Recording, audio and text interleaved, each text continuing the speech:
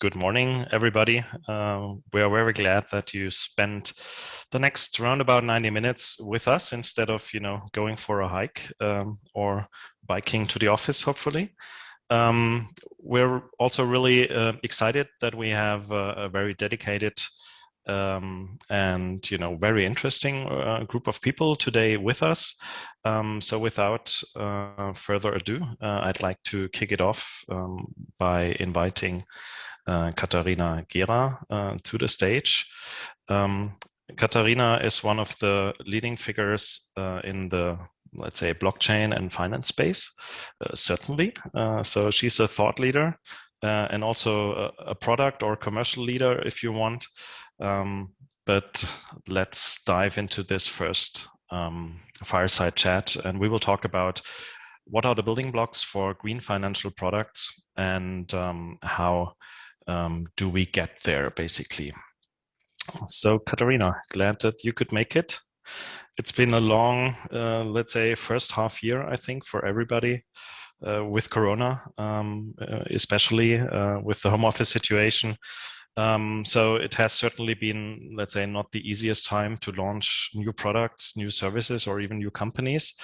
You are not only CEO of Immutable Insights, but you also have put out new fund products. So maybe you start by telling the audience, what are you exactly doing in the market? And then we continue to ask about your motivation and our motivation to do all of this. So welcome, Katharina.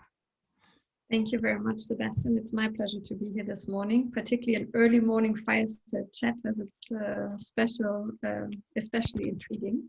Yeah, tonight we have football, so we can't do it tonight. We have to do it in the morning. And I wouldn't have had, so it's perfect now. No. Well, good morning, everyone, to wherever you are. The key for us and also for me personally is that we believe in blockchain as the infrastructure of the future. So the whole idea about token economy and also the industrial application, which we'll cover later, is something that is in our focus. My company that I've co-founded with two dear friends by now is focusing on real-time analytics for blockchains. And the key idea is that whenever you use a blockchain, you generate more insight and thereby more value from using that type of data. And generally, we do that in three areas. We have asset management. So as you briefly mentioned, we're having the blockchain fund as our professional investor product. We've already announced two retail products with Crypto Best and Sustain Liquid, something that will actually have an edge to also what we're discussing later. And later in the year, we'll also bring, let's say, more tokenized and even more ESG type products. So that's the first business part. The second business part is anti-money laundering and fraud prevention, where we do all kinds of analytics as a service businesses around the idea of preventing money laundering. And the third one is, and that is the best handover then to what we're discussing today, industrial analytics.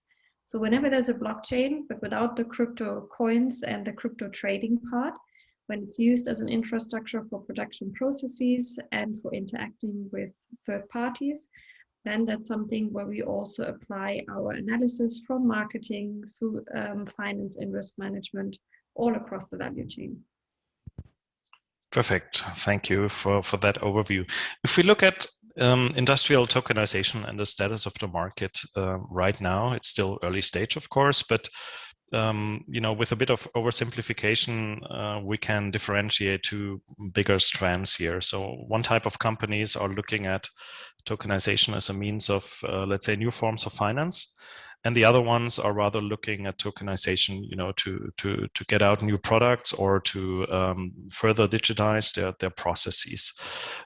So looking at what you do, despite the third basket you were mentioning, the starting point for you has been, let's say, using tokenization to drive finance. Could you quickly let us know, what motivates you? What's the, let's say, long-term view? Because I think that's true for you and also what we are doing at RIDDLE&CODE. the ups and downs of the crypto markets are fascinating to watch, but of course, that's maybe not where the biggest value will be created. So what's driving you when you get up in the morning? Well, first of all, I'm really grateful that for once in my professional life, I have a topic that I feel so passionate about that it really is easy to get up in the morning and work on it every day. So to me, the whole idea about token economy really makes the difference, because it is, when I say token economy, I mean the whole breadth of tokens. And maybe we can come to that later, because particularly when we talk about tokenization, it's so important to differentiate what actually all those tokens can be and what potential they have. But the whole idea is that I think we've come to a phase in the internet and digitalization where we realize that there's still blind spots that we, for one reason or the other, can't cover. And to me, blockchain then is the infrastructure of the future, and it's simplifying a lot of things.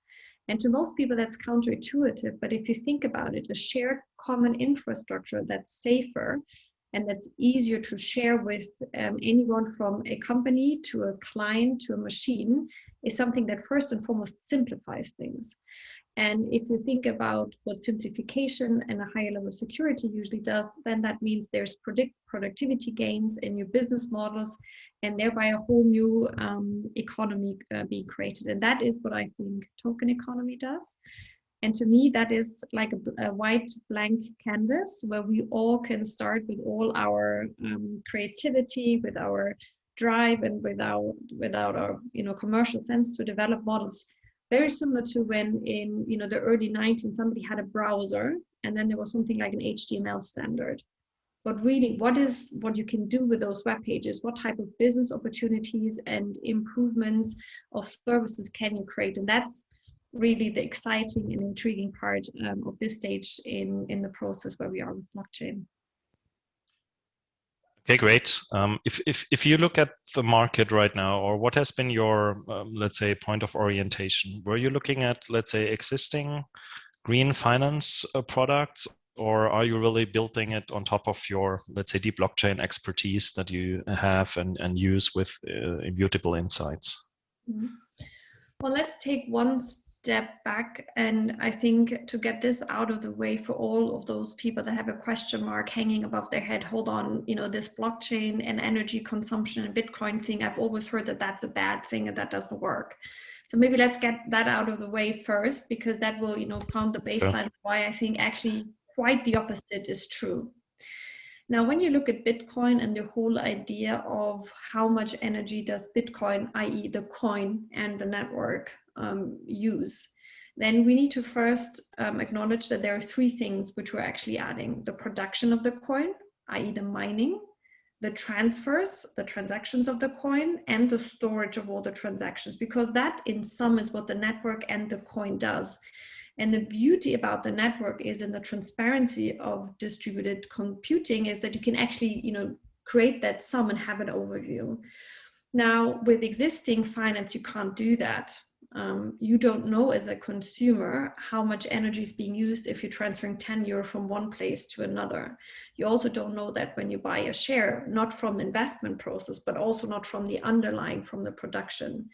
So when we look at studies, for example, from ARC management, we can quickly realize that not only is Bitcoin already much better than gold, but most likely by a factor above 15, also more energy efficient than Bitcoin. Now, so Bitcoin is more energy efficient. But now we come to proof of stake and newer consensus mechanisms, and there one clear argument, and that's something that I hold very, very true, is if you use proof of stake, you have roughly 1% of the energy consumption of Bitcoin. So by all standards, whatever you think about Bitcoin, it's clear that with the proof of stake consensus mechanism, and probably even additional ones that will follow, with a structural reduction of energy consumption that's massive. It's 99%. So when you look about finance right now, you really need to think about three layers of where you can look at sustainability: the investment process, the asset process, and the whole trading process, so the exchanges and all that. So I think when you look at that, when we look at it, we always try to make a holistic view. We try to add up the 3 layers. We try to not greenwash on the one side, but since we're an analytics company, we really want to have the data. We want to have a real-time overview. We want to know the implications in terms of CO2 emissions. We want transparency about the social and the governmental aspects. So when we look at finance, we look at it from a analytical rigor perspective, trying to measure everything, but across the 3 layers. And that's something to me that's very, very different to the ESG discussions that we have, where people just try to create brochures on 4 color pages and try to make somebody believe that they're green. I think it was Elon Musk's 50th birthday yesterday. Did you share some of the analytics with him? Otherwise, he, again wakes up and realizes, oh, Bitcoin is using energy, right? So, well, I think Elon Musk has played a very special role this past 6 months for the whole Bitcoin investment space. But I would also not give him the credit of spending him too much time, because I think one of the reasons why he even has that power is because people recite him all the time. So I choose to refrain from doing so. Yeah, I agree. Okay, there was one quick question in between, and because you mentioned, the switch to proof of stake, that's also important. Which kind of blockchain are you personally using, and how do you see the importance of being, let's say, fully interoperable going forward in that space?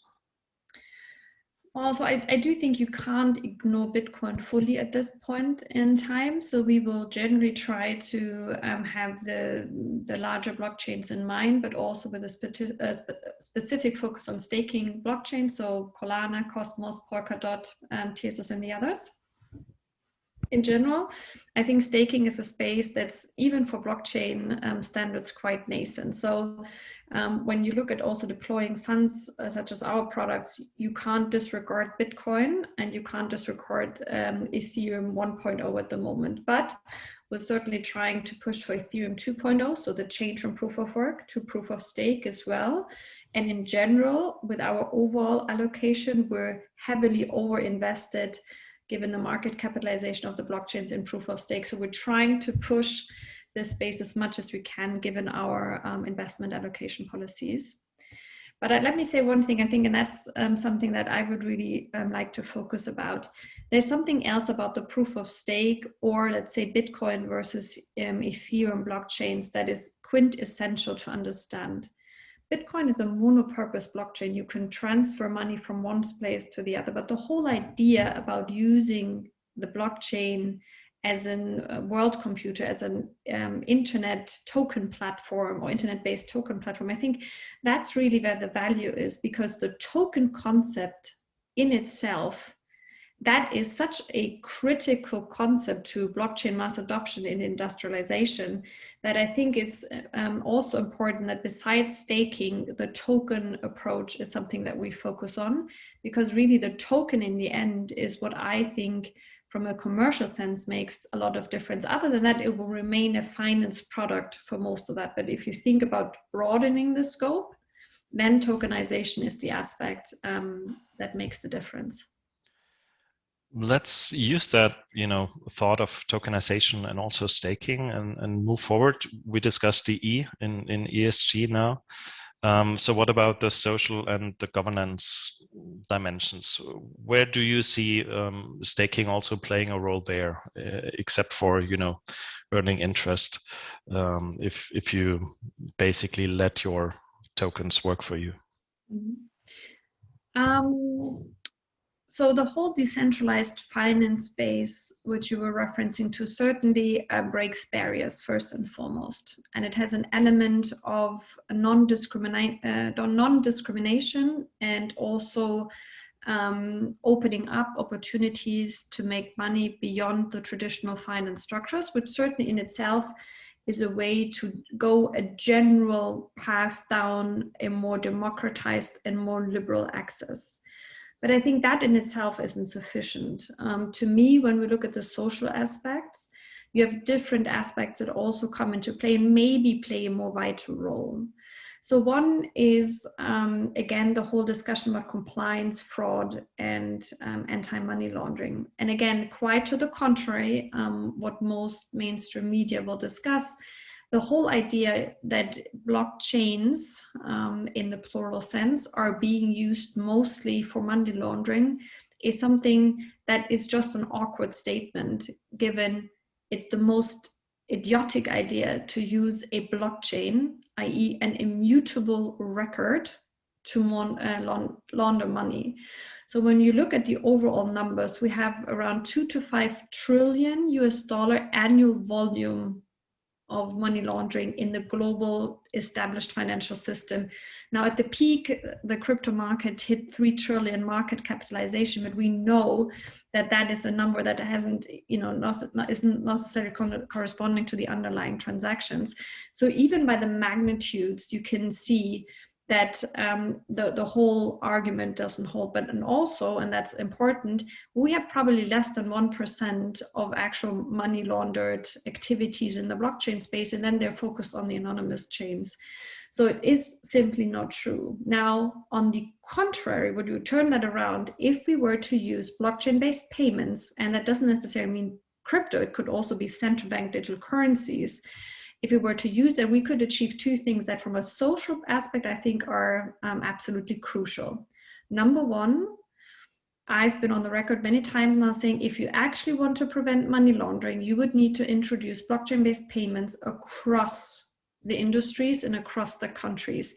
That will be one of the most effective policies and levers we've ever had to combat money laundering and terrorist financing and everything that's associated with that, because let's remember, those are fundamental crimes that then have money laundering as a second order effect.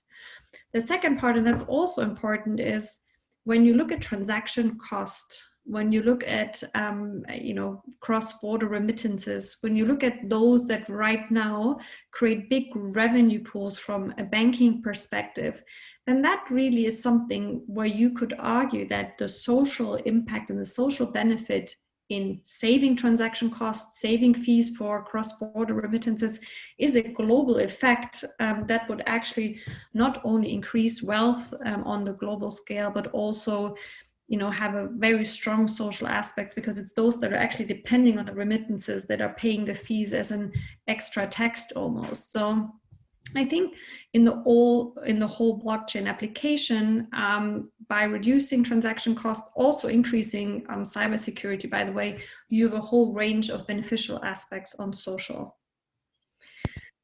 Questions on social before I go to government? Well, let me add something from our experience. Some of our clients are, or most of our clients are coming from let's say various industries, apart from the clients that RIDDLE&CODE serves in the financial industry with all the backend systems. But many of these industrial clients are, let's say, preparing or even starting to push, let's say, circular economy models. So where the tokenization layer is serving as an incentivization scheme potentially, to drive things. It could be recycling. It could be driving, a different type of behavior if we talk about mobility. So I would count that as, social as well. So to marry what you said, an efficient backend system with game theory and,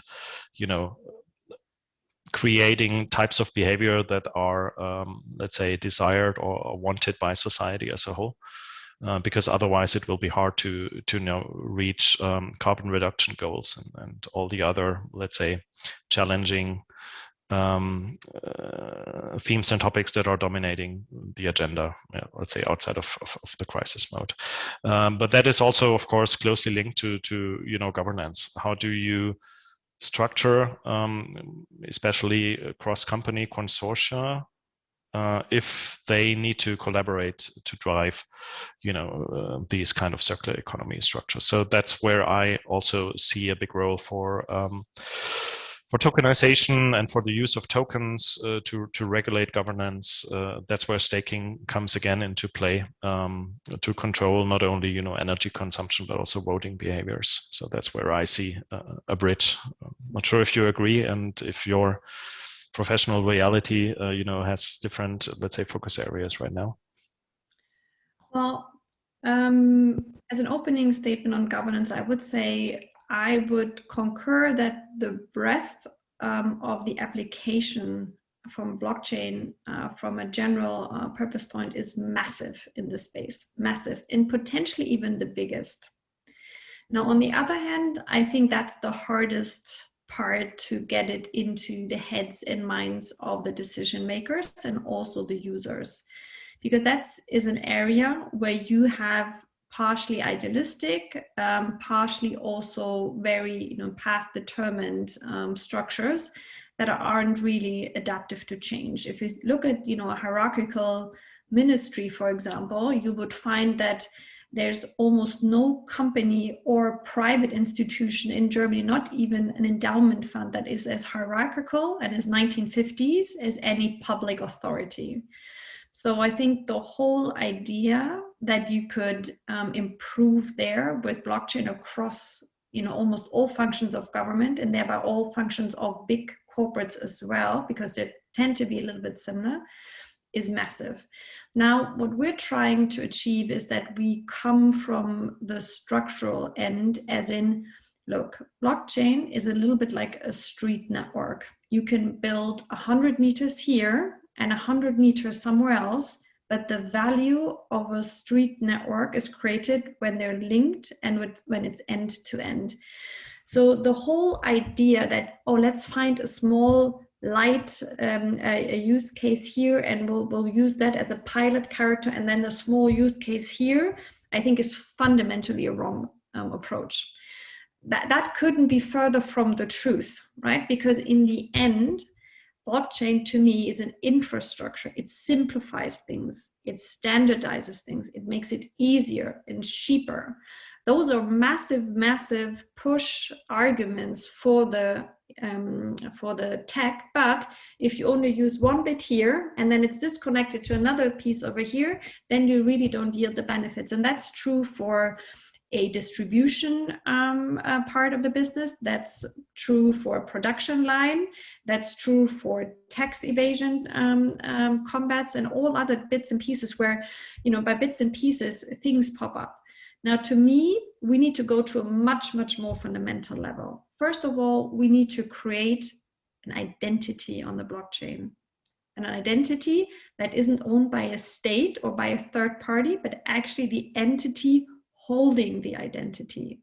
That's a key parameter. If we had clear, identifiable identities on a blockchain network, combined with a zero knowledge proof, we'd already be one big step ahead. Then the second part is you need to find a mode of interacting. How can I buy and sell? How can I rent or lend? And how can I start existing and end existing? If a blockchain network could have those fundamental functionalities and then also be combined with a mode of payment, you could decrease and simplify probably 60-70% of all processes. You could, massively reduce transactions cost by either, being in default of payment or in default of delivery or interacting with the wrong party. All these things that make life complicated and business expensive, all that could be prevented and all that could be simplified. So I think we need to, be more bold and more visionary and see the fundamental value of the tech and not try to, do bits and pieces here and there, because that doesn't really create all the value and is far short from the potential it has. So when we look at that, I think when we look about industrialization and tokenization combined, we really need to be as brave as the lawyers have been once they codified in Germany the commercial code, or when they introduced other standards, originally with the standardization organizations. That's where the value is, and I think that's what we need to focus on.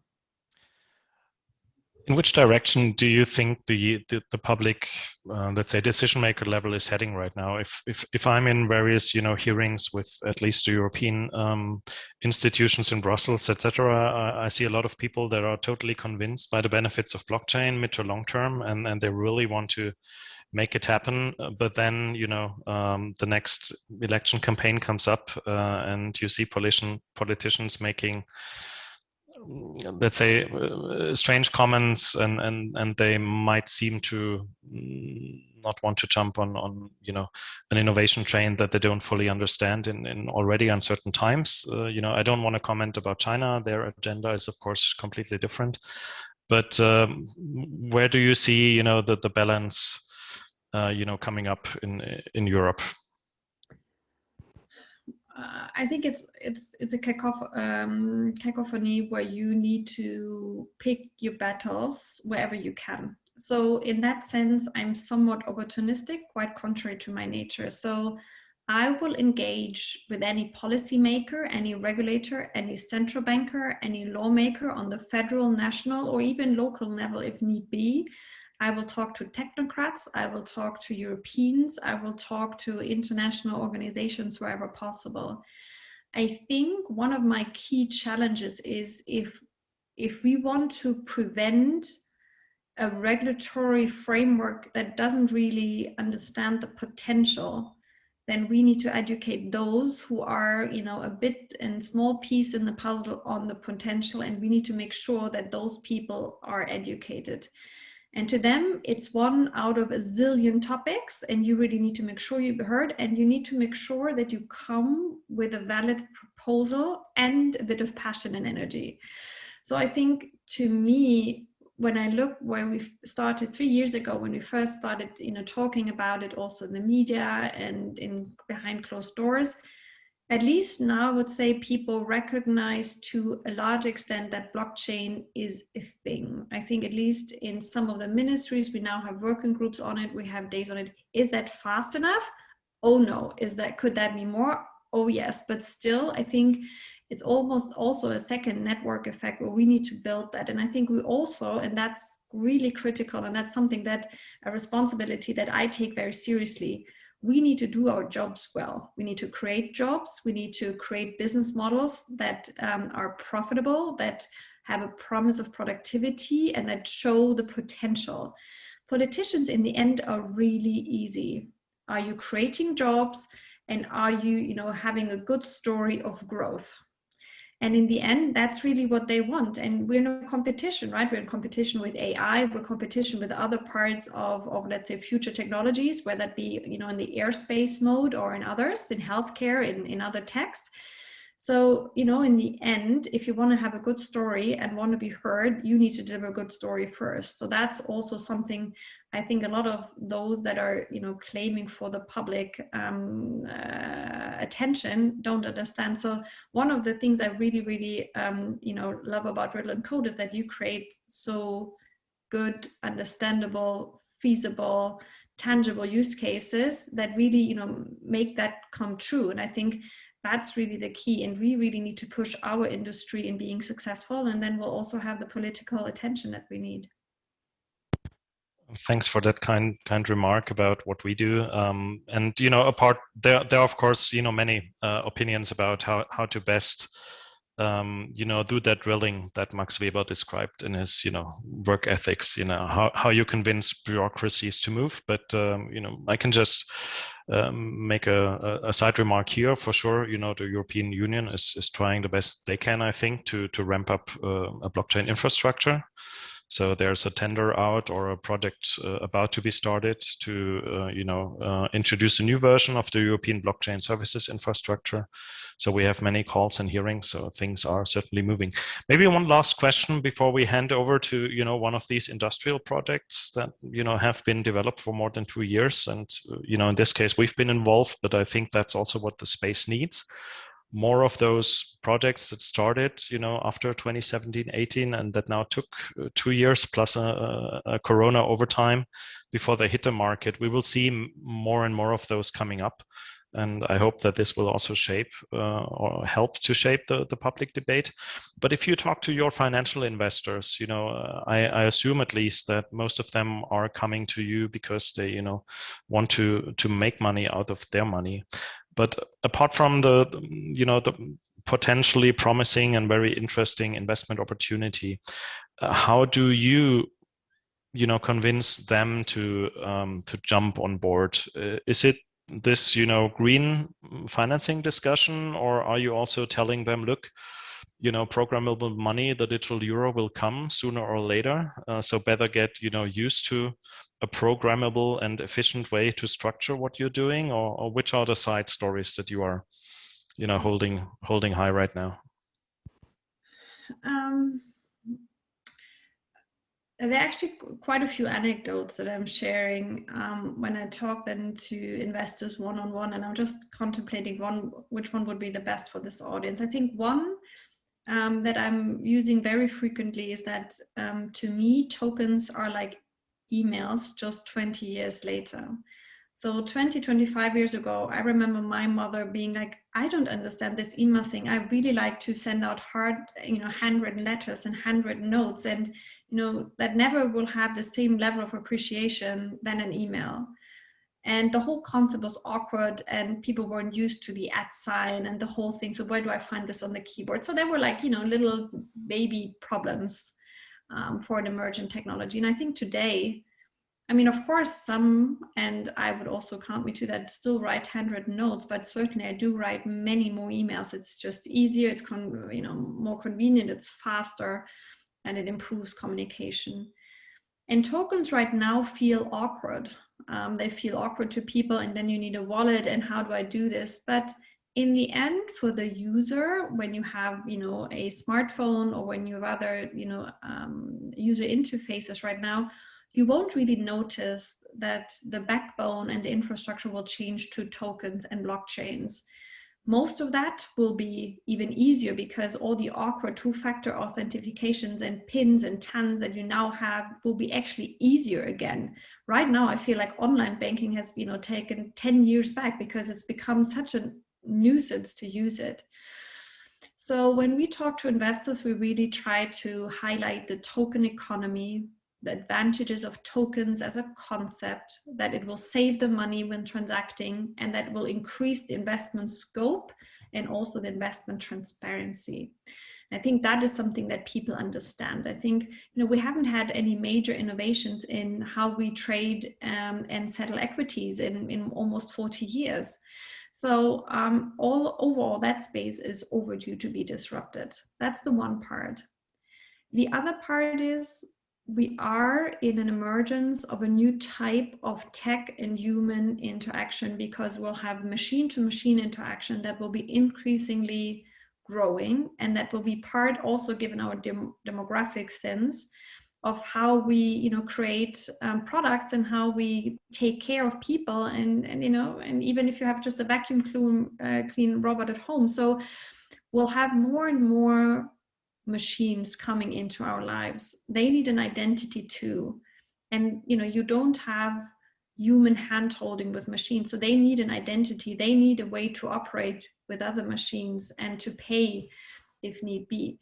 So the whole technical development from the internet 1.0, so the old internet, to the tokenized blockchain-based internet, is something people also understand, because they've come from paper, really. If you talk to also older investors, they've still had paper, and then they had a digital share, and they understand that that is somewhat inefficient, and then there will be something new. So the overall line is clear. But lastly, and I think that's the most important point, is cybersecurity is something a lot of people are significantly afraid of, either because they've had some kind of ransomware, or they have heard about hacks or others. So what is my property? What's my actual personal property if everything is digital? And the whole idea of the combination of cryptography and immutable record and the transparency of a decentralized network, when you talk through what would happen in some cases of emergency, is something people understand quite quickly. So on the longer term, the advantages of the tech, I think, will make the difference, and that you can create good businesses and create value on top of that is also something they understand in that particular sense quite easily. Okay, thanks a lot, Katharina, for those insights, and to have this discussion with me about what motivates you and what potentially motivates your investors, and how to explain that not only to them but also to the broader public. I think it was a very great discussion. And what you said is certainly true. The question, what do I really own, is something that drives corporates certainly as well. We see the echoes in the NFT discussions. I just had another call with a record label yesterday. What do we do with our music? And how will ownership of digital assets evolve? But now we want to jump to one, let's say, industrial project, and find out how big corporations, in those cases, one of our most important partners and clients, Wien Energie, Austria's largest energy company, has used tokenization and also blockchain technology to launch a project. Chris, my colleague and CEO of RIDDLE&CODE, will certainly also share some information about this project and a video. And I'm very glad to have Sarah Mammel with us. She's coordinating one of the, let's say, leading blockchain projects that we have in Germany as part of the blockchain strategy of the German federal government, where we create a register for energy producing assets. So she's more than competent here to do the second fireside chat together with Chris. So welcome, Sarah, and over to you. Thanks a lot, Sebastian. It was a very interesting discussion that you just had. And yeah, so let's take this topic over to energy tokenization, the energy system of the future. I think we're hearing these words a lot recently. And as you just explained a little bit, I'm responsible at the German Energy Agency for our first actual pilot project, the blockchain machine identity ledger, where we're trying to actually take a first step and build potential infrastructure for this energy system of the future. And yes, as one of the use cases to actually showcase the potential of blockchain technology for the future energy system, we have chosen MyPower as so the project that Christian will present you now, as yeah, we see a huge potential in energy communities specifically. So yeah, so I'm really looking forward to this little exchange that we're going to have now with Christian Haselwanter, the Chief Operating Officer of RIDDLE&CODE. And yeah, maybe to directly dive into it, Chris, let's grasp a little bit this topic of the energy system of the future. So in your opinion, why does it actually need new structures and technologies for the future energy industry, in contrast to the status quo that we're having today? Thank you, Sarah. Hello to everyone who joins or had joined this event. My name is Christian Haselwanter. I'm the CEO of RIDDLE&CODE. For those who don't know RIDDLE&CODE, we call ourselves a blockchain interface company. We have a strong focus on hardware and identity and cryptography and blockchain technologies, and we develop applications for real-life use cases. And one of these use cases is the project that Sarah mentioned, the MyPower, that we will explain on what we did. And it basically caters to all or most of the topics that had been discussed in the previous panel with Katharina and Sebastian. Now the question, thank you very much. It's a really good question because we hear it all the time. Why actually does it need new technologies? I think energy is such an interesting thing. It's everywhere. It's the basis for everything. As a matter of fact, one of the reasons why we are able to talk now on the video conference is because we have electricity that powers our laptop, powers the internet, etc. Still, energy is rarely a topic of discussions. It's simply, it's there. No? And the reason why it's there is because the industry has built a very robust system over many, many different decades to provide energy to consumers and to industries. Because it's a critical infrastructure, the companies who participate in providing the energy are regulated, strictly regulated by the government. They follow strict procedures.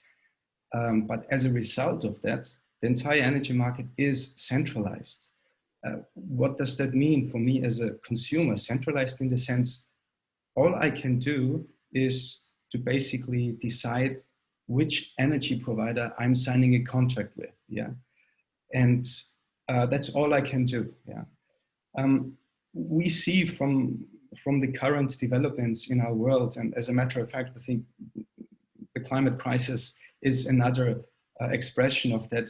We will have to change the way we produce energy, and also let alone the way we consume energy. And when we talk about change in the energy production, it means we have to not only to move away from the caloric or nuclear forms of energy production, but we have to adopt all these renewable energy forms in the form of wind energy, solar energy, etc. Now, the biggest change, although, and now I try to answer your question, why is new technology needed, is because we need to shift, to be able actually to cater to that transformation. We need to shift away from this centralized system to a decentralized system. And in the meantime, we have the technologies to support such a move. And that means, so far, we've only been consumers of energy, but in the future, each of us, every company, every community, they can also be producers. Simply, for example, in the smallest case, you just put a PV, a photovoltaic panel on top of your roof, and you feed this energy into the grid. Why is that a big thing? Because so far, we had a lot of trust in the players because they were regulated. Now, if each and everyone can basically funnel energy into the grid, how do I know who that person is? How do I know how much energy they provided? And how is invoicing actually? How does that work? So I need a technology that excludes that these forms are tampered with and manipulated. And again, here comes the technology with the use of the blockchain, the concept that Katharina mentioned in her presentation of identity. And I'm talking about cryptographically secured, immutable identities, takes over the security of these systems. And such a decentralized system can be built on top of it.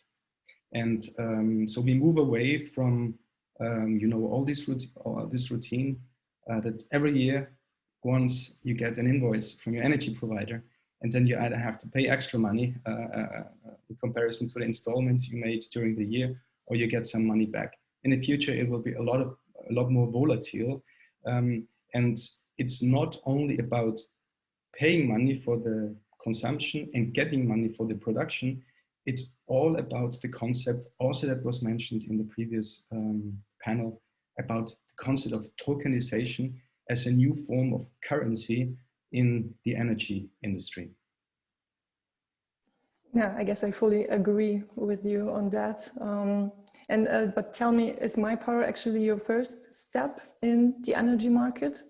Or have you done anything before in this industry sector?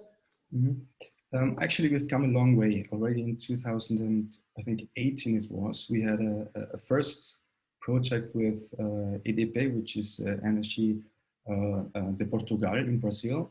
It was our first step into using this technology to allow decentralized consumption and production. So they had a different decentralized form of invoicing, and that was our first step. In a year later, we started a project with Wien Energie, which is the largest energy provider in Austria and a partner of ours, to run a project called peer-to-peer. So that was for the first time where a limited community was able to use the energy produced in this community through the solar panels and trade it between each other. So for example, I have a panel and my share in this community is X, and I'm on holiday, so I can give and trade the energy with my neighbor who wants to power his Tesla car. So that was the first time where we used also cryptography and the means of secure elements to prove the identities. But it was just the second step. And to be honest, energy is too cheap to be a big incentive to trade it. Yeah, it's so we really have to be an enthusiast. So we needed different motivations, and we need a different business model to be able to make this transition into a decentralized world. And so I think now we're all very curious to see some details of the use case of your project. And I think you have prepared something for us. Yes, I think I have a very short video who makes it a little bit more tangible what we did. I will explain the use case exactly after this video, but just as a teaser, I'd like to show, let's see if that works very well. I hope you can see and hear it well. Yes.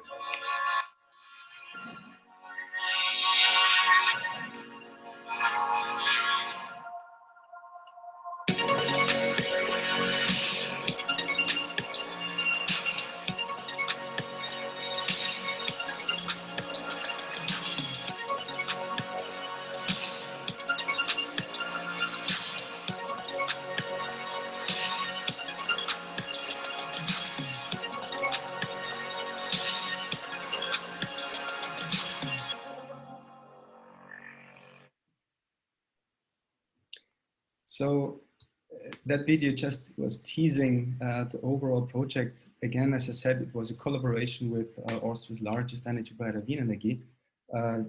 We were lucky to meet a very visionary team of managers who tried out, who wants to try out this technology. As a matter of fact, there's also regulatory initiatives in order to enable and create the frameworks necessary for such kind of technologies. But the showcase that I want to explain today is the project MyPower. And what is different? What is the new, actually, the USP of such an implementation?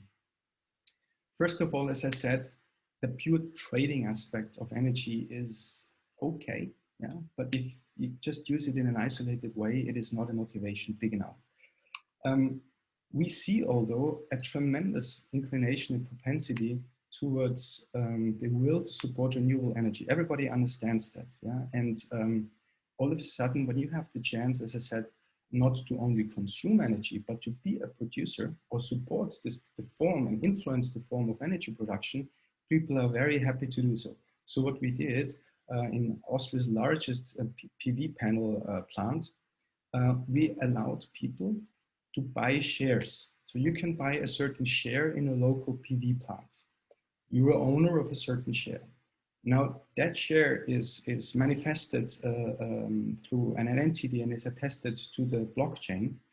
And then the amounts, the PV plants that you hold a share of produces energy, let's say over the period of 5 to 10 years. And it produces energy in the form of kilowatt hours. And for each kilowatt hours that gets produced, you get an appropriate share in the form of tokens. So you get rewarded for your share over the full life cycle of such a plant. And the interesting thing is that you don't get it back in the form of money, but you get it back in the form of tokens. And as I said before, these tokens, they can be used as a form of currency. That means you can use them, you can trade them, you can use them for different services. For example, either you get a discount on your energy bill, or you use it in a supermarket, or you take a ride on the subway, or you power your electric car with an EV station. So there's lots of use cases that we can think of that stem from the fact that you have one universal form of token that we envision as a form of kilowatt hour token.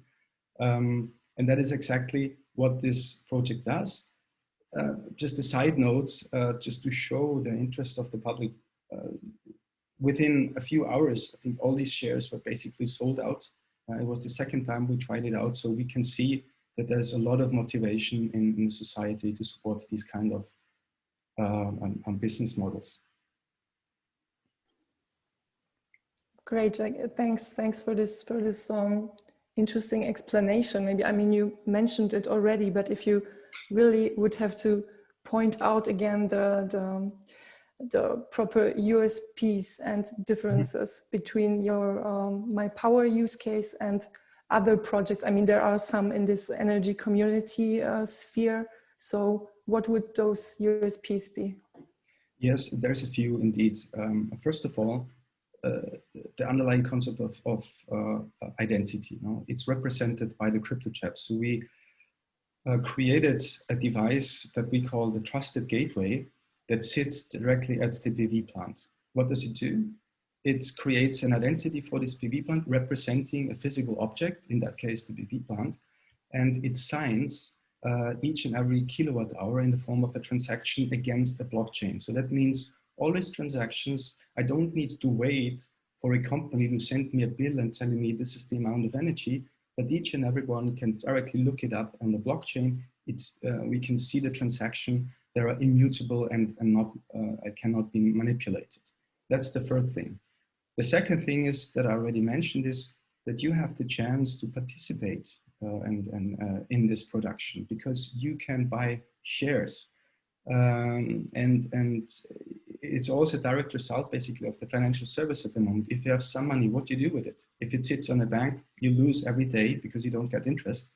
Most people have not enough money to buy a flat or anything else. So what do you do with the money? So investing it in an energy production plant where you have a lot of higher redeems seems to be an interesting thing. The third is, with RIDDLE&CODE, we spent many, many years to create what we call a token management platform. So once you have the entities, once you have the tokens, you need a very robust system to manage these tokens, to secure the keys, the underlying keys that represent these tokens, to be able to perform and sign transactions against not only main chains, but also settlement chains that we will see in the future. So we've come a long way in creating this custody service, if you want, that is fully regulatory compliant. So we have blessings from regulators in Austria, in Switzerland, etc. So I think similar to the trust that we give towards, that we have towards centralized energy producers, this form of compliances hopefully create the basis for trust in such a system without being owned by a central entity like RIDDLE&CODE or an energy provider. No, it's decentralized and it's secure. And the third one is that we already implemented the concept of tokens. You know, the tokens that either represent a share, that represent the energy production, that are tradable. And I think if we think about tokens, we really must deviate from the pure concept of cryptocurrencies that most of the time are on the basis of speculation. But in this case, the token is really pegged to a real value of a physical object in the form of the PV plant, in the form of the value of the energy produced. So we will create, and we have created, a system of stable coins that avoids the volatility of cryptocurrencies. You know, because if you talk to industries, if you talk to big players, they cannot deal with the huge fluctuations of these prices. So we need a different form, and we believe firmly that that concept will be catered to through the form of stable coins. And last but not least, you can use these tokens for different services and different utilities. So we believe end to end, we allow new forms of business models, we allow a higher flexibility, and we create the relevant trust in order to be compliant with the future regulatory provisions. Okay, thanks a lot. I see there are a lot of questions in the chat, but Sebastian is partially taking care of them, and many of them have already been answered during the presentation. I think one question was asked regarding regulation, governments. I mean, we're seeing, of course, many governments now banning the technology, and there was a question how the situation in Austria is, but maybe also from your experience now that you have been conducting this pilot project, what were the biggest challenges or obstacles so far in your experience? I think the obstacles are two or threefold. One, and I believe the biggest obstacle in the first place, is a psychological barrier, because, and I don't mean that disrespectful, but you talk to companies that have grown over decades. They have a very centralized setting in their mind. And it's quite difficult to adopt a different mindset and opening up to new forms of technologies, simply because you are trained to cater to these strict regulatory provisions, and it's all about security. So it's fair, actually, that a lot of questions come up that basically challenge the security of the overall technological stack that is needed to provide decentralized energy production. So psychology is one thing.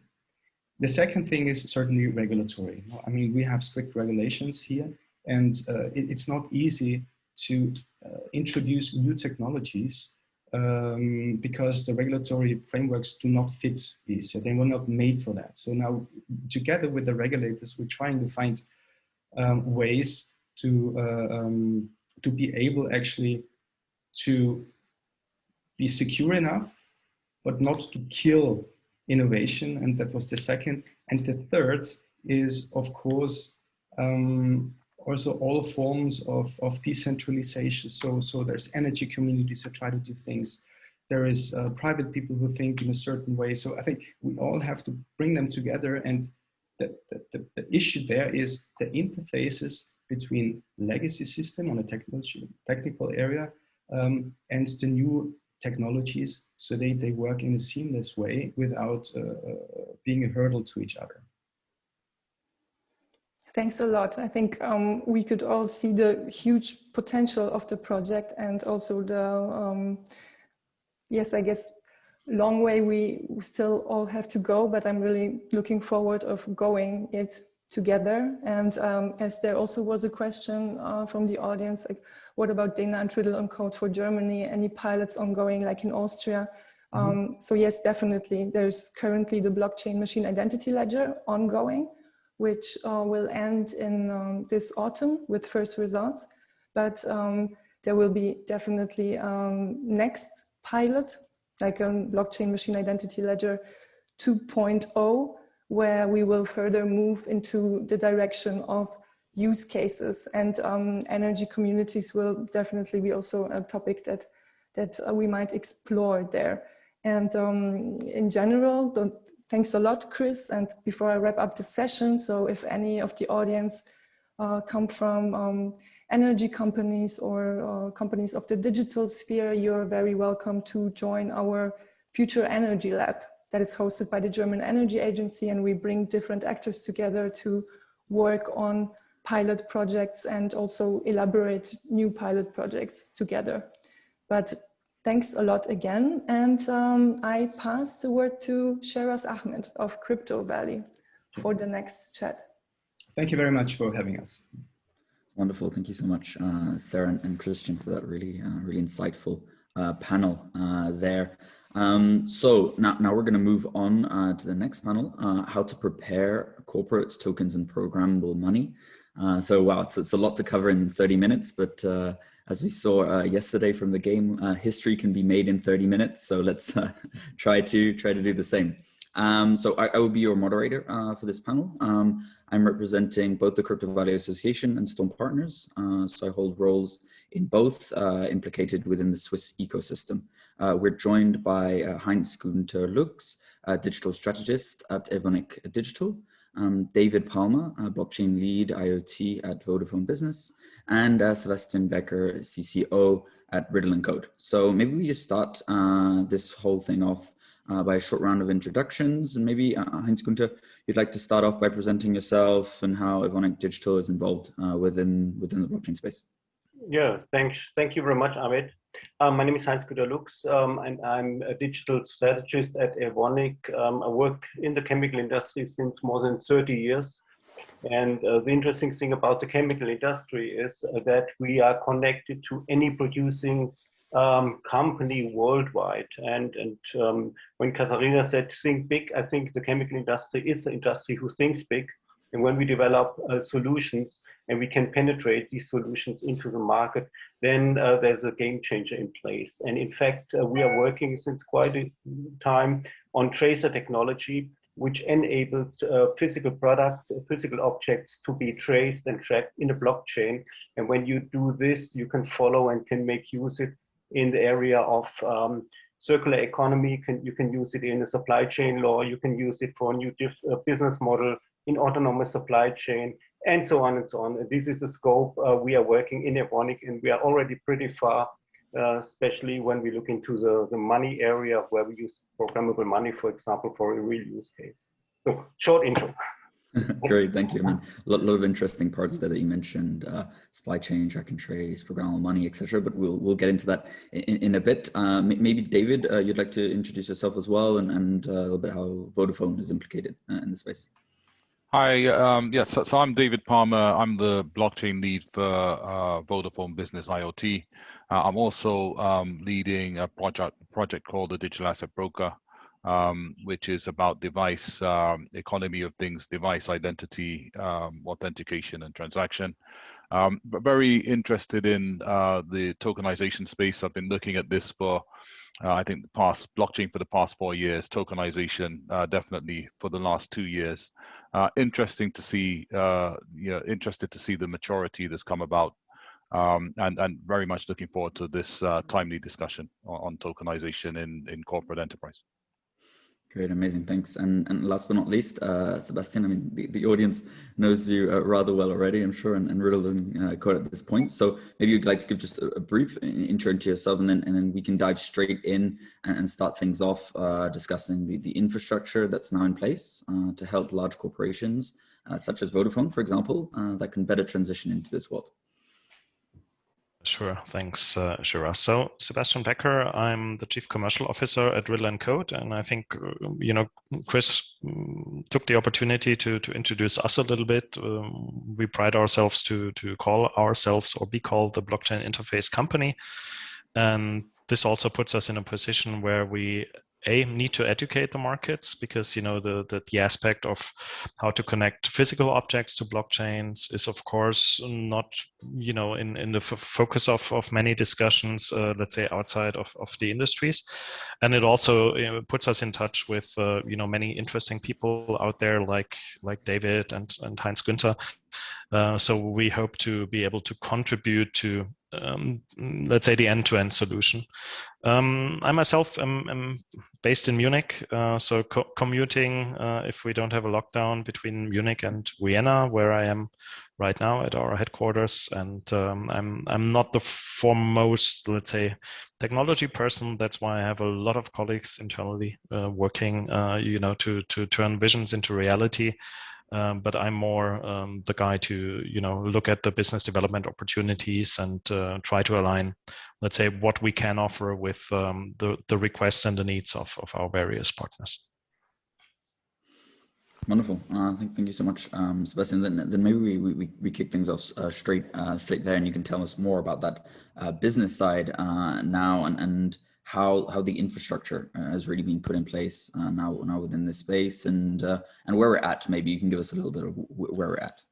Yeah, sure. I think if we look at this panel today, or the webinar today, the structure, of course we put it in place intentionally, but it says a few things. So regardless of where projects or companies came from, RIDDLE&CODE started with, let's say, IoT technology in mind, end of 2016. We were also, then slowly but surely being sucked into the adoption of blockchain technology in the financial sector. That's the industry that had to take care about a new asset class that was in the market. So we need regulatory compliant and highly secure and efficient technologies to trade crypto. So that has become, in the meantime, our main business line, but we haven't given up our, let's say, IoT focus. And that's, I think, where we can make a difference, because, most of us also, hopefully in the audience, might have heard of the Oracle problem. So a blockchain is highly secure, but how do you make sure that data sets that are coming from the outside are, let's say, to be trusted. We all saw it from the US presidential elections, how difficult something can be, even if it seems to be so easy, and somebody just take an election result and types it into a data management system. But sometimes it's not so easy, and especially if we connect the physical layers, be it in supply chains or over-the-counter situations, to a settlement layer, then, or hopefully, then all the CFOs wake up and say, look, if we have cheated data sets, then this affects my bottom line. So what can we do to prevent it?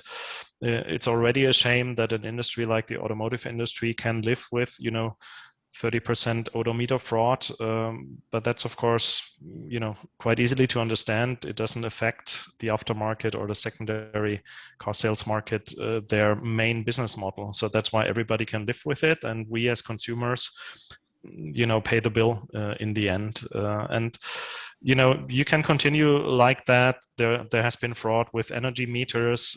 There's certainly a lot of efficiency in supply chains. And also, mobile phones. David's, one of David's main areas of interest, also have their security issues. So I think that it's very relevant what Katharina said also in the first panel. Cybersecurity has to be taken care of. We need more efficiency. And we need a tokenization or incentive layer to steer things in the right direction. And sometimes that can be a consortium in the chemical industry, or it can be consumer facing, since most of things that Vodafone do are consumer facing. So tokens are a very universal token, meaning instrument, to reach these goals, and hopefully we can deliver it in a highly secure and end-to-end secured way. Well, thank you. I mean, you touched on a lot of points, so we'll have time to discuss a few of them in further detail. But maybe we touch on what you've been doing, Heinz Scooter, and what you've been doing at Evonik, which it's quite inspiring. And really, what struck me was the kind of tagline: "We contribute the small things to make a big difference." Right. And my question to what actually Sebastian was saying is, to your belief, is blockchain a small innovation? Because at the end of the day, I mean, it's quite simple. That will make a big difference, or is it just a catalyst for further innovation on top of that? No, basically, the blockchain technology has put a different view on data, because in the old days, always systems were protected. And we know systems cannot be protected, whether we talk about cloud, whether we talk about other ways. Only if you have your computer in your office and it's not connected to anything, then you are safe. So, but now with the blockchain, we protect data on the source of the data. And the other problem is a challenge, because that's the only point where data can be manipulated. But other than that, the data can be trusted, and the data are encrypted and can be shown to everybody who has an access right to them. This makes a complete difference to anything what we think about data management overall. And the other part is, I'm pretty sure next year there is no object anymore which has not a digital representation or digital twin. So then you can manage data and products in a completely different way than that what we do today. So with certificates, with discussions, with everything what's related to that. So these are the big difference. The data are the center of the blockchain, and they are protected from the data source of it. Yeah, thank you. Yeah, data is practically the center of the world now as well, right? I mean, great. And so, David, I mean, we've spoken together quite a bit actually over the past couple of months about Vodafone's proof of concepts using blockchain as online technology. I mean, how game-changing do you see its potential in the use cases that not only you're putting forward into the world, but all the others around?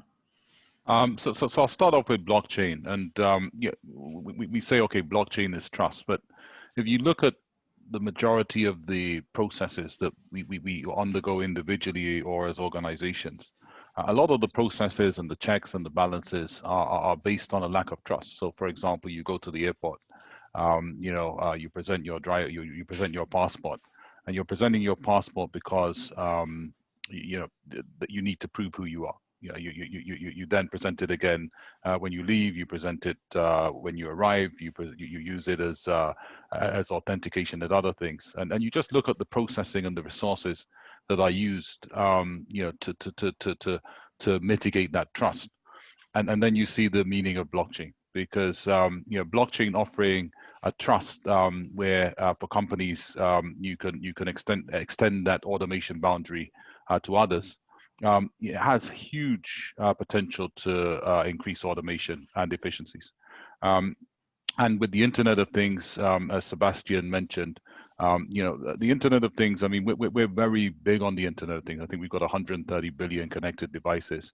But there's one fact, right? A lot of the data, or the significant amount of data from devices, aren't used, and devices are to an extent siloed. So the information from devices are essentially coming from going back to base. They're not spanning cross organization.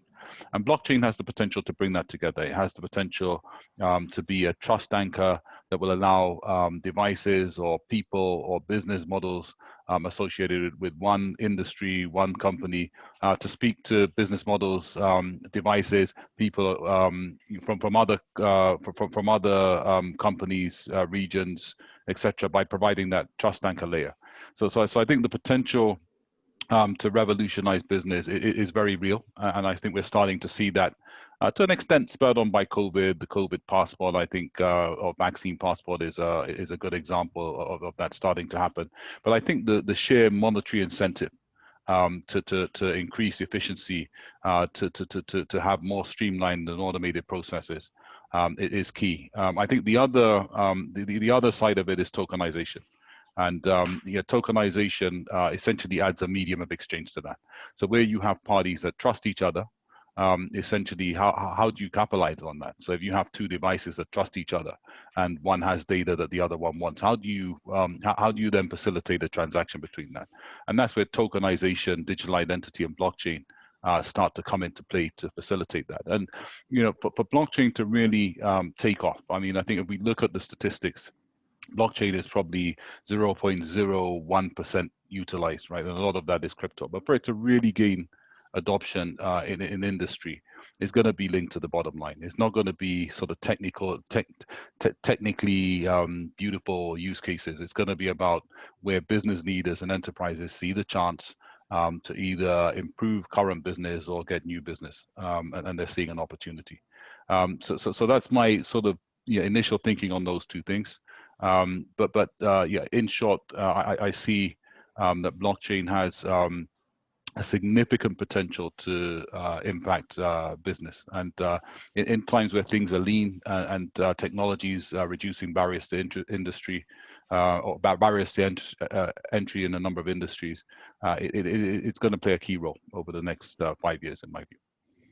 Okay, thank you, and we'll explore a little bit later what we can do to actually go that step further towards adoption. But before we do that, I mean, you touched upon trust, Heinz, because you touched upon data, right? And I think these two elements go quite well with programmable money, right? And one of the topics of our discussion. I mean, Sebastian, maybe you can give us some insights. I mean, what do you expect from programmable money? Yeah, speak to us a little bit about that. Yeah, I think it will become a main driver for, let's say, the mass adoption, because right now, if we talk to big companies, and there are, of course, notable examples such as Evonik, where we really see, a broad understanding of the benefits of blockchain technology, maybe also because their early POCs were well framed. So they were eager to show results early on. So that certainly helps. But, many business units out there that deal with blockchain technology, and I think that's at least what I can observe from European and also US companies, that's true. They are lacking a coherent strategy around it. So oftentimes units are, making themselves busy for a year or so, and then they do not successfully break through with an internal presentation of results. So the board is not really incentivized enough to look at it, to fully understand the 360-degree perspectives that blockchain is offering. And then there is no real adoption of I wouldn't call it blockchain strategy, but we need a coherent innovation strategy. And I think we heard about the various benefits that blockchains are bringing. But for sure, as soon as blockchain technology is used to drive, you know, programmable money, the digital euro or the digital yuan, then everybody will wake up and understand, you know, if we cannot efficiently program our industrial services, then we will be doomed rather quickly, because the efficiency gains are high. So the introduction of programmable money will not be, you know, an iterative piece of innovation that leads to efficiency gains of, I don't know, 0.5%. So there will be a relatively quick effect, especially for companies that have international business. And others that are in their niches, they also will need to think about, you know, how can I now collaborate with my partner companies, with my, you know, companies in my proximity, or even competitors, because blockchain is crying for collaboration. You know, it's IoT times programmability times security. So everything is there, and there's no excuse anymore, basically. Yeah, thank you. I mean, and Heinz Guter, I know that you've been involved in a lot of subjects around programmable money. Would you like to comment a little bit on what Sebastian just mentioned? Yeah, first of all, why have we started with programmable money case in the blockchain area? And always one of the challenges is if you have a traditional company working with a technology which is in the press more negative than positive, then you need to start in a way that you can convince people with a complete different way of working. And the lucky thing is that together with BASF and Commerzbank, we had the chance to discuss a specific process between Evonik and BASF, and this is because chemical industry is connected, I would say, all over the world, because we are supplier and customer. And we said we have so much interactions between the companies, and they are, let's say, processed in a traditional form. And this traditional form is very time consuming for people. And as David has rightly said, there's a lot of control mechanism, not only here from the airport, but it's also internally in the company. And we said, how can we change the process? Because it's a regular process, always on and on the same process.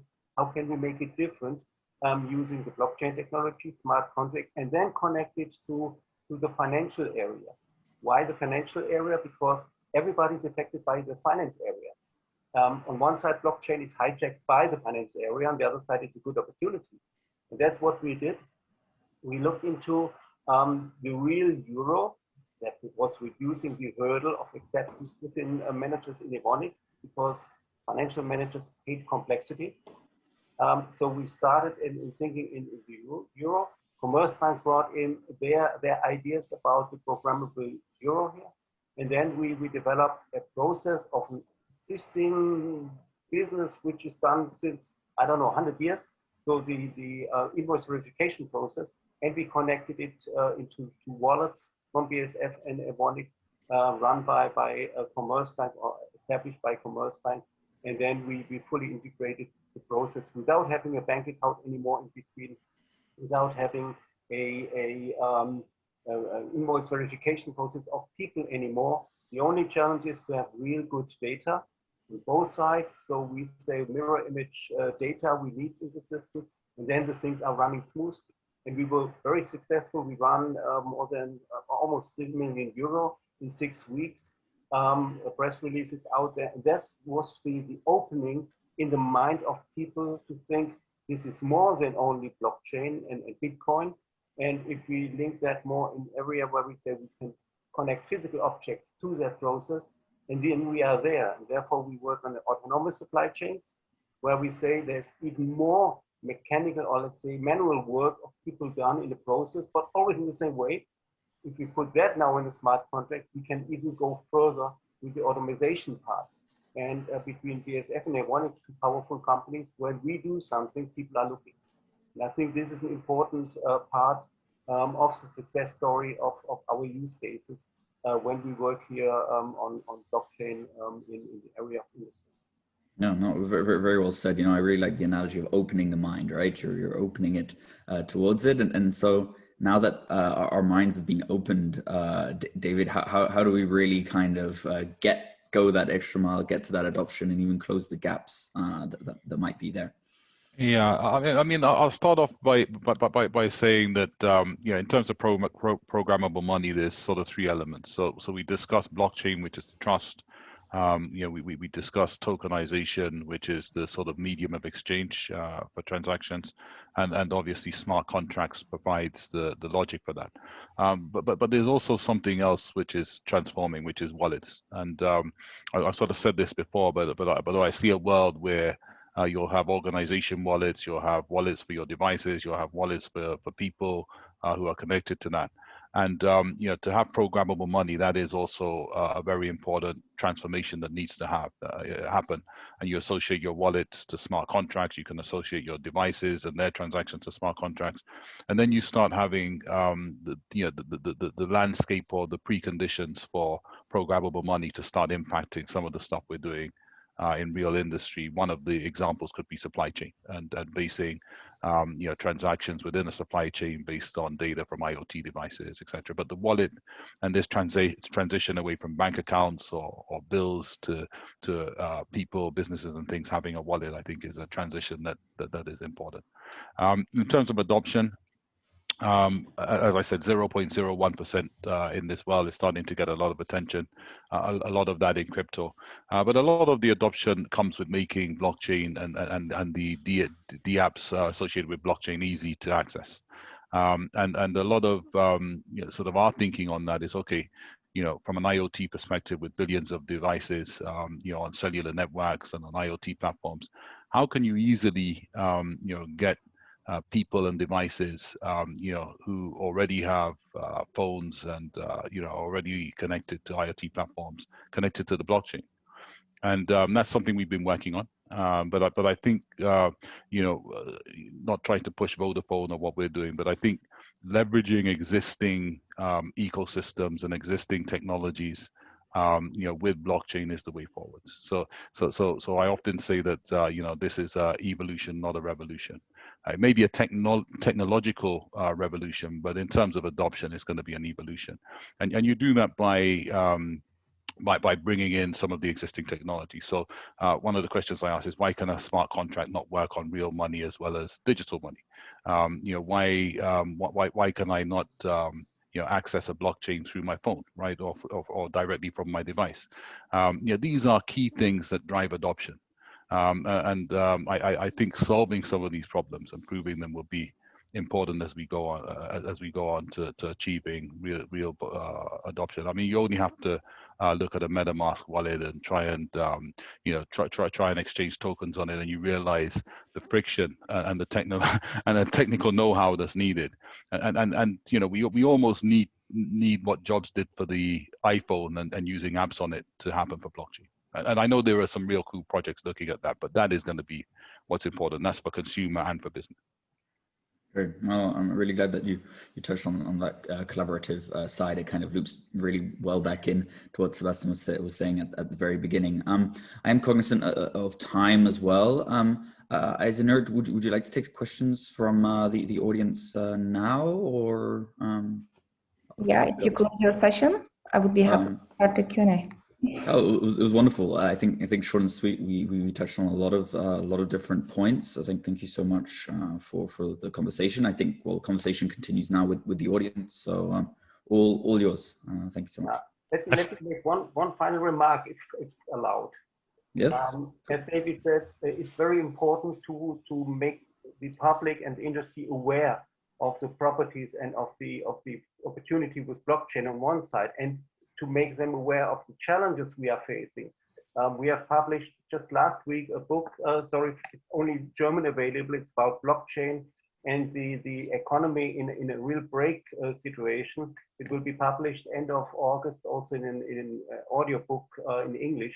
But here we covered really those topics which we discussed from the political, from the financial, from the IP, from the challenge between China and US, and from the point of real, what is the driver of blockchain technology, as I have explained it here. This is our way how we want to make the greater public aware of this ongoing change and the solution potential blockchain is providing. Thanks for that, Heinz. Great that you took the time to put this book together. As I understood it, it was supported to a certain extent by Evonik, but you did it, let's say, in your private life as well, and spend a lot of time. So grateful for that kind of know-how transfer, and hopefully people still buy books and use them, but putting it out as an audio book is certainly great. I have one question. Is that a Deep Purple NFT in the frame behind you, or is it just a normal, cover? You mean by the book? No, at the wall behind you. Is it a Deep Purple NFT LP cover, or is it just a traditional one still? It's a real traditional one, a vinyl, and it's in a nice frame. It was the first album I loved, and I was the age of 7 or 8 at that time. So I still love it. Right. That's why I think the next webinar should be on insurance technology and blockchain. When that casino in Montreux was burned down to the ground, we couldn't retrieve all the data. So blockchain can also save a lot of insurance cases. But over to you, Aishnur. You wanted to give us some questions from the audience. Sorry for that excursion. Sebastian. I want to open up the Q&A session now and want to give the opportunity to everybody get into the game. I just actually have written down the questions came in, but I want to start with the question. I think that was for Katharina. Katharina, when you were talking about the tokenization, where do you see the biggest challenges in this area? Would you like to share some inputs about that? Well, the problem is, of course, Katharina couldn't stay with us for all the session. So we can for sure, send it to her, and then she can come back about that. But I hope that we covered, some of the issues around it in the panel and also in the fireside chats. I think what Heinz mentioned right now is of course of utmost importance. It doesn't help if we have every week a webinar where the believers are talking to each other. So we have to spread the word. So publishing books, giving presentations, putting out, pieces and blogs on websites. That's certainly the way forward. And also we have to increase the efforts, I think, in various lobby organizations. That's where Katharina, that's what I know, spends a lot of time. You have to preach to the not yet converted decision makers out there. And Shiraz, I think that's also what you are doing with the Crypto Valley Association, right?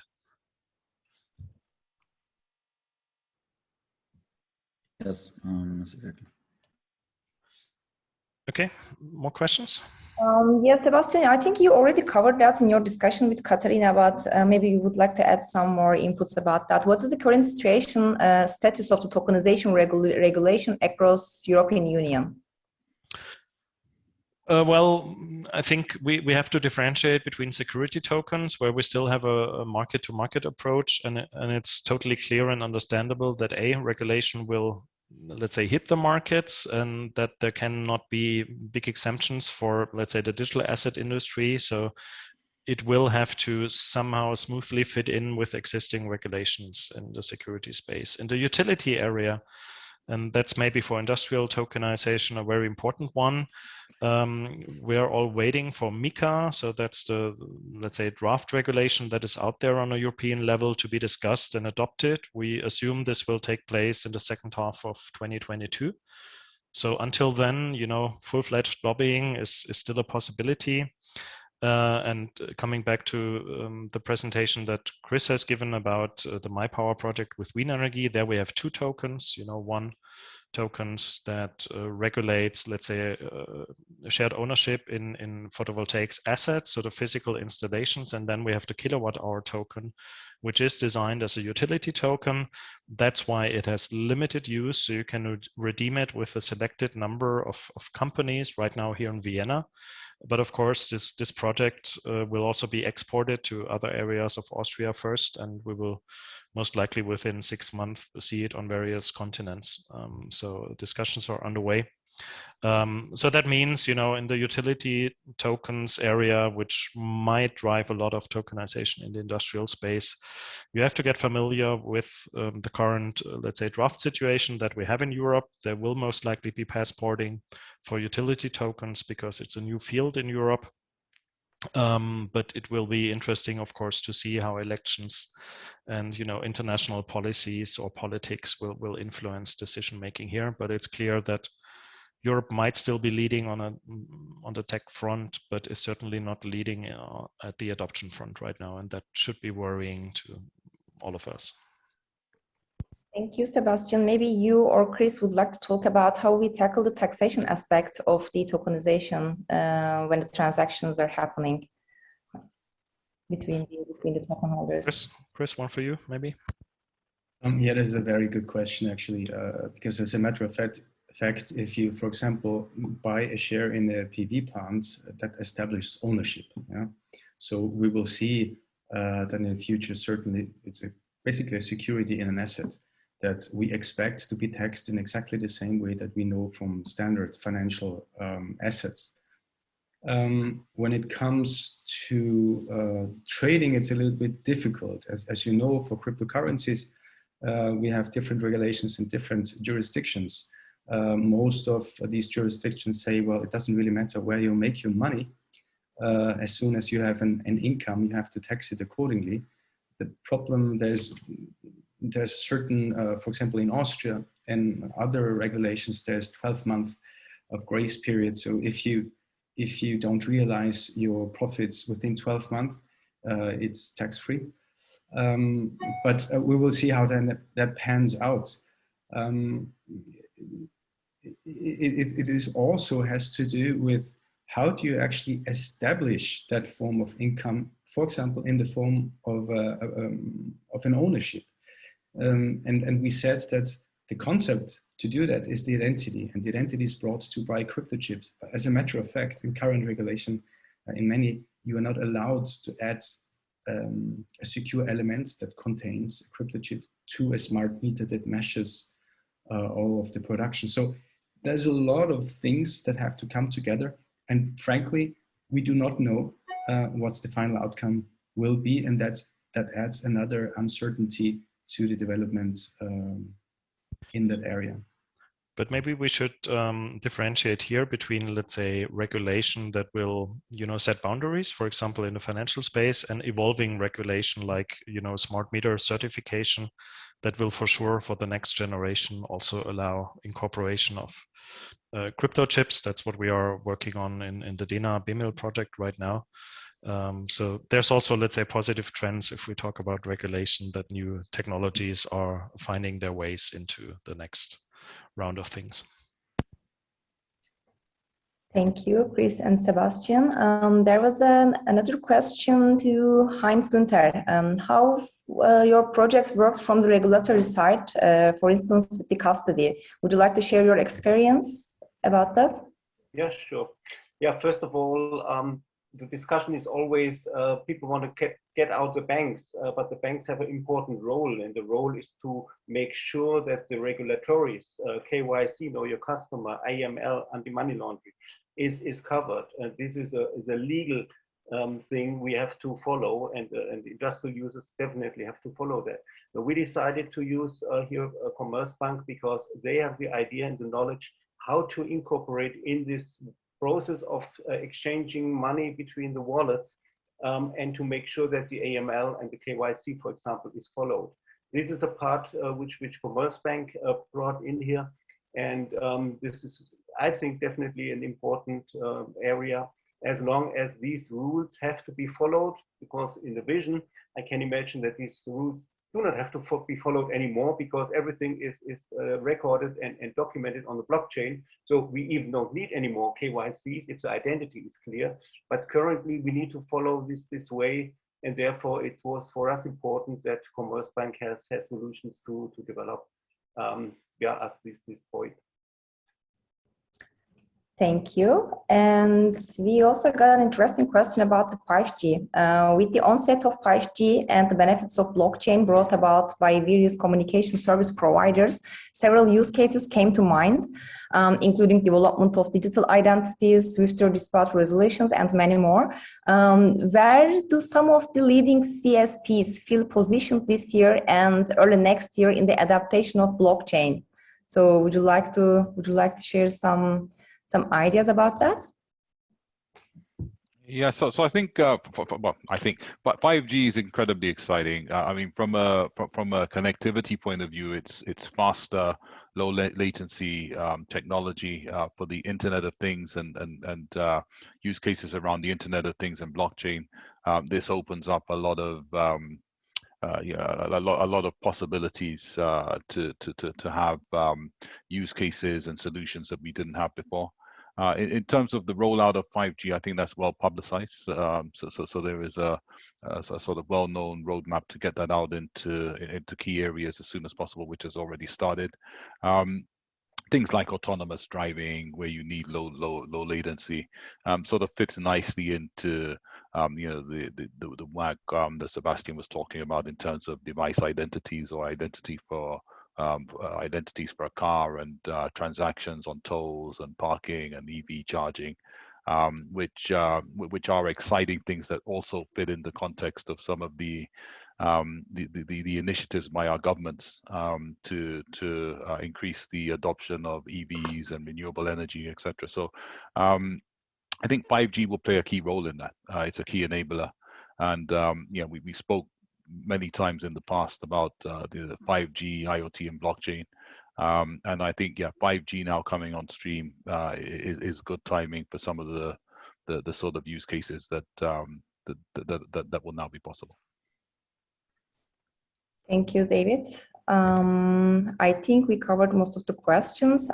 If there's any question that I left out, please make sure to come back to me or our speakers on LinkedIn. We will also share with you our speakers' contact information via email. Alexandra, I want to hand over to you for the final words. Okay, thank you, Aisinu and all the speakers for the wonderful event today. The recording of the video will be sent to all participants in the next few days, and I hope you enjoy the event. We are going to host another webinar with RIDDLE&CODE speakers in September, so make sure to tune in our social media channels and newsletter. That is from my side, and I'm looking forward to see you soon. Bye.